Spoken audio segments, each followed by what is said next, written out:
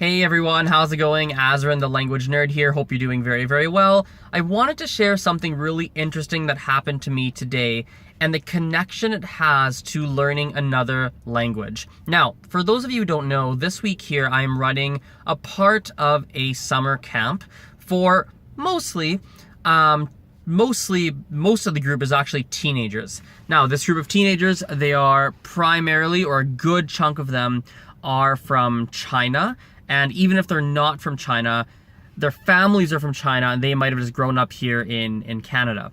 And so as a result, a lot of the people in this camp don't necessarily speak the strongest English, or rather a lot of them are still learning or trying to improve upon their English.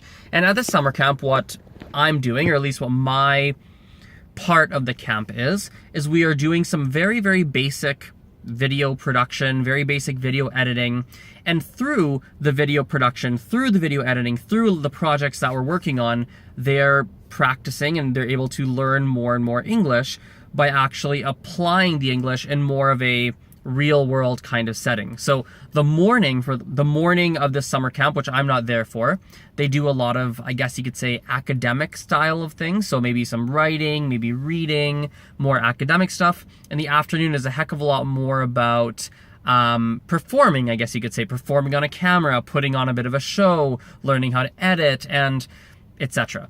And today, one thing that we did is I was teaching the class, teaching the people in the summer camp, a lot of vocabulary related to video production. So things like editing, things like a cameraman or a videographer, things like tripod, things like importing or exporting a video, things like etc., etc. And we're really just going through a lot of these different words.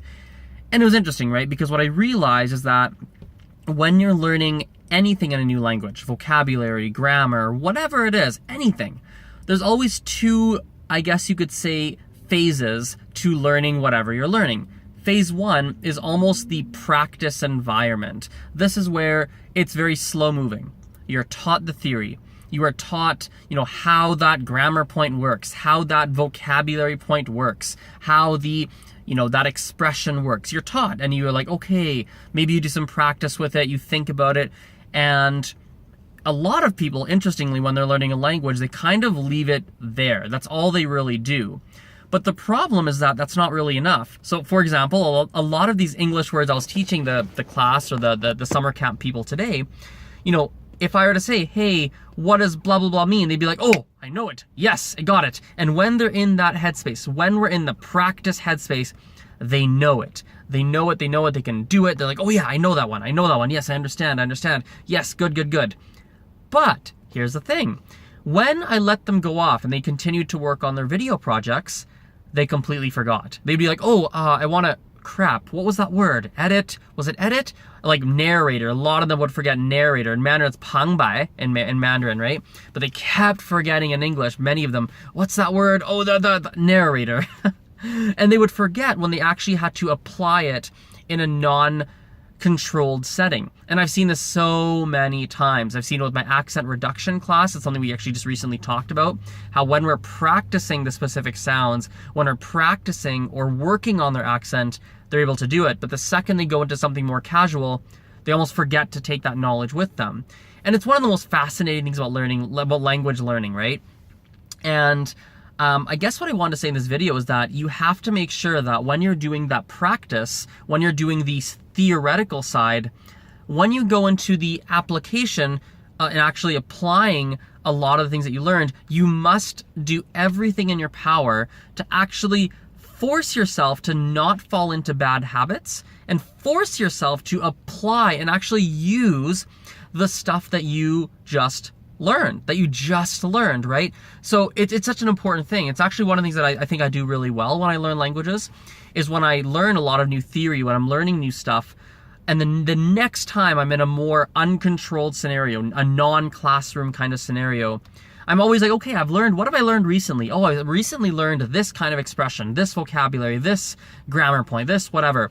I'm gonna make sure I actually use those today. Like, I'm really gonna make sure I use them. Like, this is a great example. I recently, like literally 2 days ago, learned how to say narrator in Mandarin, pangbai, right? And I was like, you know what? When I go to this Chinese camp and all the Chinese kids are there, I'm gonna make sure I actually use that. Or even like randomly, they had costumes on. A lot of them had these costumes on, right? And I remember learning the expression like "joma," right? Like "joma," blah blah blah blah blah blah blah, right? In Mandarin. And I was like, oh, I'm gonna use that. I'm gonna use that. I haven't used it in real life scenario. I want to use it and see if I use it properly. Da da da da da da da, etc. Right? And this is something I highly recommend you guys do, and I think it's something a lot of people don't do. Most people will either fall into their old habits if they're a little bit more fluent and they just don't apply the new stuff they learned, or if they don't have any old habits, they're too scared to even try to. Like, the brain almost disconnects the practice exercises with the actual application, and they don't know what to do. They're almost like, oh, I did all this stuff in practice, and they struggle to connect it over to the actual application. And I just want to recommend that you, even if it slows the application down, where you have to like sit there and pause to be like, okay, what do I want to say here? What have I learned recently? Is there anything I could do? And it's like, is there anything I could do right now to apply some stuff I've learned recently? Anything. And even if it slows the conversation down, even if it slows the practical scenario down, you've got to do it. You've got to do it. You've got to build that habit. So anyway, thank you for watching this video. I really appreciate your attention. I appreciate that you watch my stuff, and we will talk later. Bye for now. See you guys.